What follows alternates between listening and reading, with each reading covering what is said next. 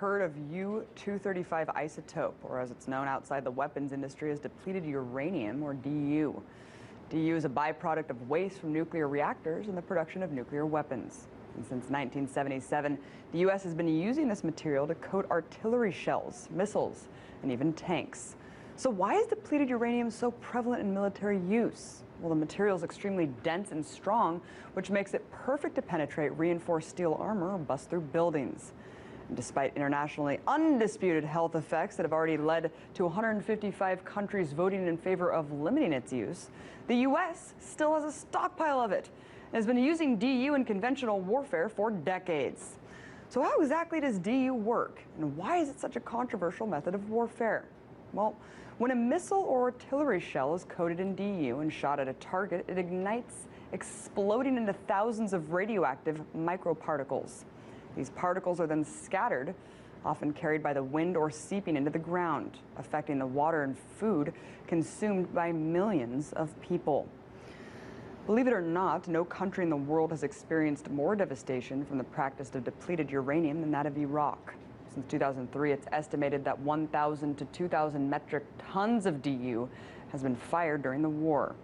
But the U.S. has been using DU against the country since the first Gulf War, the effects of which have physically manifested into widespread birth defects. In fact, the birth defects are so rampant, Al Jazeera recently reported that the rate of childhood deformities in Fallujah has now surpassed that of Hiroshima and Nagasaki after the dropping of 2 atomic bombs. And according to Dr. Samir Alani, the only physician in Fallujah keeping a record of these defects, the rate of abnormalities is alarming, the numbers far surpassing anywhere in the rest of the world.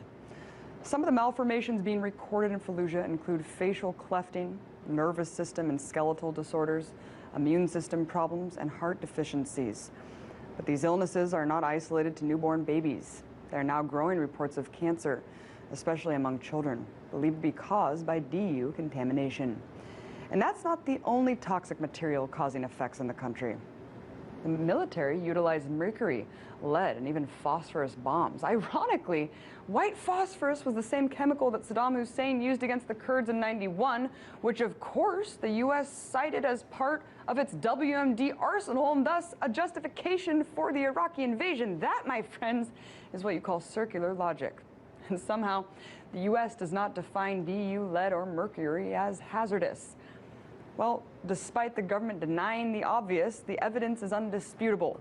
Multiple studies show the same correlation between contamination from munitions and the epidemic of congenital birth defects in southern Iraq.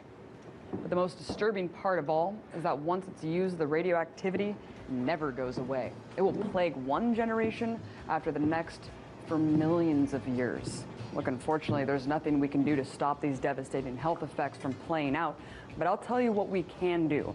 We can demand that this practice be banned and insist on holding those responsible accountable.